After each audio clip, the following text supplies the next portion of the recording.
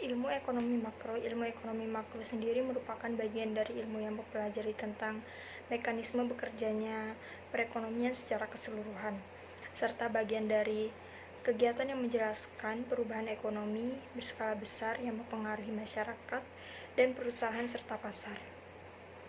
Ekonomi makro sering dikaitkan dengan masalah keuangan negara. Hubungan yang dipelajari dari ekonomi makro sendiri adalah hubungan kesual antara variabel-variabel agregatif.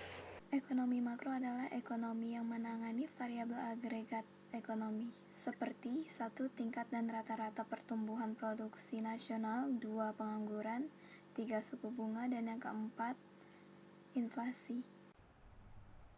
Ya baik, di sini saya akan menjelaskan mengenai tujuan kebijakan ekonomi makro.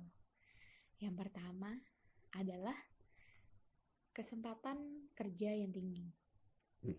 Dengan mendorong meningkatnya produktivitas produksi dalam kegiatan ekonomi, maka peluang untuk menyerap kebutuhan akan tenaga kerja menjadi semakin tinggi, sehingga ketersediaan lapangan pekerjaan akan meningkat, di mana hal ini berdampak positif terhadap kesempatan dalam mendapatkan pekerjaan untuk para pengangguran, bahkan masyarakat yang baru mau mencari kerja. Yang kedua adalah produksi nasional yang tinggi.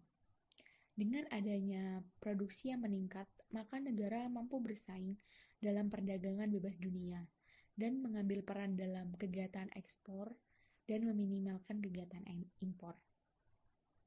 Dengan melihat seluruh elemen yang ada dalam kegiatan ekonomi, hingga kita mampu merasakan dampak positifnya secara terus-menerus, kegiatan ini akan meningkatkan pertumbuhan ekonomi negara dan mempercepat pembangunan nasional.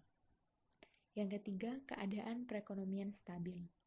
Secara menyeluruh, yang dimaksud dengan perekonomian stabil ini adalah pemerintah terus memantau agar kegiatan ekonomi tidak terhambat dengan berbagai sentimen yang ada, sehingga seluruh kegiatan produksi dapat berjalan dengan baik.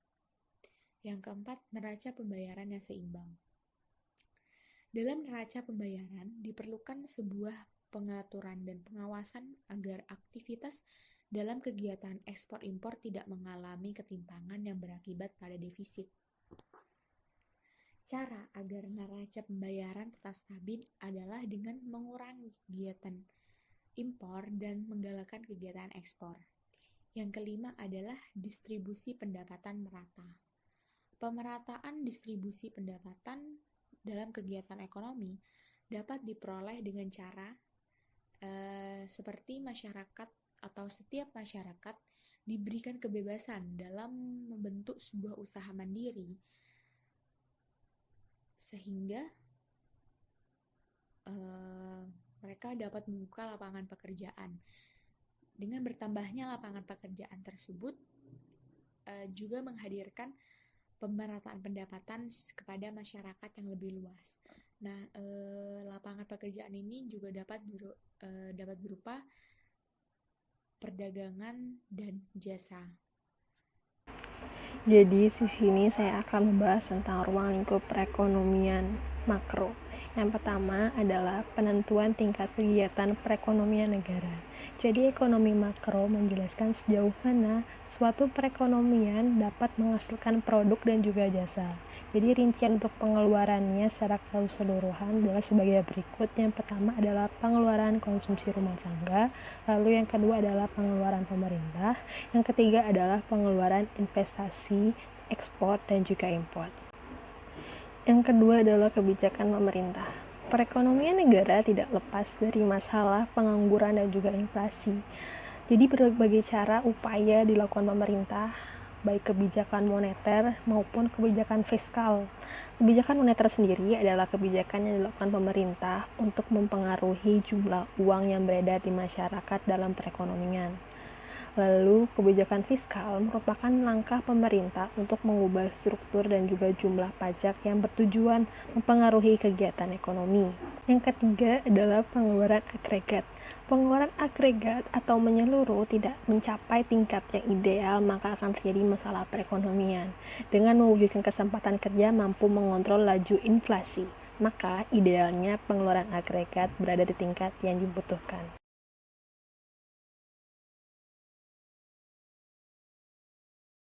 Keseimbangan pasar. Keseimbangan pasar adalah suatu keadaan yang mana menunjukkan baik konsumen atau produsen yang telah menyetujui harga barang, yaitu harga yang konsumen bersedia untuk membeli sejumlah barang yang sama dengan harga yang produsen jual.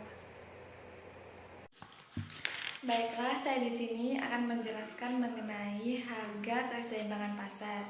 Harga keseimbangan pasar ada dua, yaitu surplus dan shortage. Surplus yaitu jumlah penawaran lebih besar dari permintaan. Kondisi surplus terjadi ketika harga pasar lebih tinggi dari harga keseimbangan. Apabila harga pasar berada di atas, maka jumlah barang yang ditawarkan menjadi lebih besar daripada jumlah barang yang diminta. Kompetisi antara penjual akan mengakibatkan jumlah barang yang banyak, sedangkan pembelinya sedikit. Sedangkan shortage adalah kebalikan dari surplus, yaitu jumlah permintaan lebih besar dari penawaran. Kondisi shortage terjadi ketika harga pasar lebih rendah dari harga keseimbangan. Apabila harga pasar berada di bawah, maka jumlah harga barang yang diminta menjadi lebih besar daripada jumlah barang yang ditawarkan. Jika kondisi shortage ini terjadi, kompetisi akan terjadi antara pembeli akibat ketersediaan barang yang terbatas. Baiklah, selanjutnya akan dilanjutkan oleh teman saya. Selanjutnya, setelah pasar sampai pada titik keseimbangan atau juga biasa disebut market equilibrium, penjual dan pembeli sama-sama sepakat dengan harga produk sehingga harga cenderung tidak mengalami perubahan. Tetapi jika jumlah permintaan meningkat sedangkan penawarannya tetap, maka harga akan naik dan titik equilibriumnya juga naik.